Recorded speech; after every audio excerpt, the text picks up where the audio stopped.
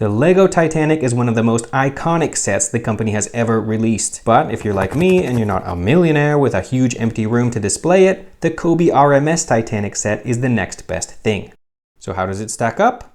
Let's have a look. Like all COBI sets, the packaging is excellent. It's similar to LEGO in that there's some air in the box, unlike a lot of Chinese alternatives that really cram things in there to reduce shipping costs. There aren't any tabs to open it quickly, but once you get it open, you'll find 2 numbered bags of pieces, the instruction manual, and a few larger plates that are loose in the box. One thing that stood out to me is that there's no brick separator. This wasn't really a problem since all of the pieces are LEGO compatible. That meant I could just use a standard LEGO brick separator or one of the thousands of brick separators that I have from other brands that fill a full drawer on their own. Although this set is only 722 pieces, I kinda wish they were separated into more bags. As it is, these bags are filled with tons of smaller bags, and there are a lot of pieces that look very similar. There's even a warning on the first page, but that didn't stop me from making mistakes because frankly I just wanted to start building. The build itself is good and well paced, with a lot of steps that will take LEGO fans by surprise. For example, the build at step 10 looks unlike anything you will ever see from LEGO, with both studs and tubes sitting next to each other on the top. There's even a little gap here, although this gets covered up in the final build. Later, I'll show exactly how this is possible, but suffice it to say that COBI makes it clear that this isn't a LEGO set from the very beginning. The instructions are mostly easy to follow, with each step showing only the new pieces in color and the rest in black and white. I had some trouble with a few pieces that looked very similar as mentioned before. Apart from that though, it was smooth sailing. Here's the build at the end of the first bag of pieces. This build uses a lot of sloped pieces to achieve a really seamless look. Just make sure you get the right one because they look very similar. Here's the finished build, which measures 64 centimeters by 15 centimeters. That's roughly the length of a baguette, which is a much more reasonable size than the LEGO Titanic, which is roughly the size of a sleeping Danny DeVito. The front of the build relies much more heavily on molded pieces, which are a lot more common in COBI sets than LEGO sets. LEGO designers have to keep new pieces to an absolute minimum for their builds,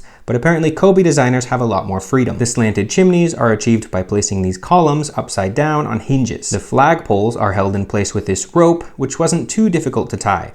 That said, this set is for ages 8 and up, so young builders may need some help here. The results look incredible, with a lot of details achieved both by creative use of studs and pad printed pieces. That's right, there are no stickers in this build, which my fingers really appreciated. There are also wheels on the bottom to add a little extra play value. I still think this works best as a display set, but it's still a very solid build. The clutch is excellent on the pieces, and unlike the real Titanic, this one won't break apart at the first sign of trouble. Like many COBI sets, the RMS Titanic has a lot of unique pieces when compared to LEGO. These 2 bricks, for example, don't have any studs, so other pieces can be placed stud down on both sides. This set includes the opposite as well, with these pieces that have studs on both sides. There are a lot of interesting possibilities opened by this, but this build doesn't necessarily explore them all that much. It just makes the whole thing much easier to build than it would be with standard LEGO pieces. There are a few other differences you might notice as well. The most obvious is that the studs have the COBI logo printed on them,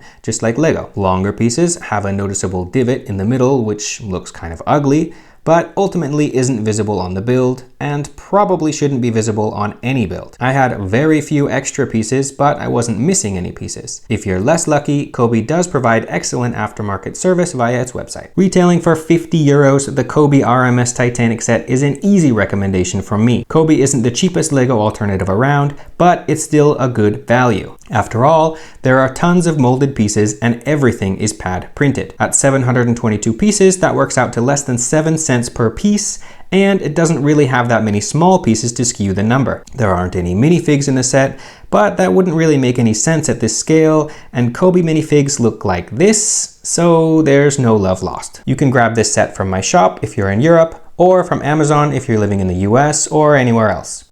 Links to both are in the description below.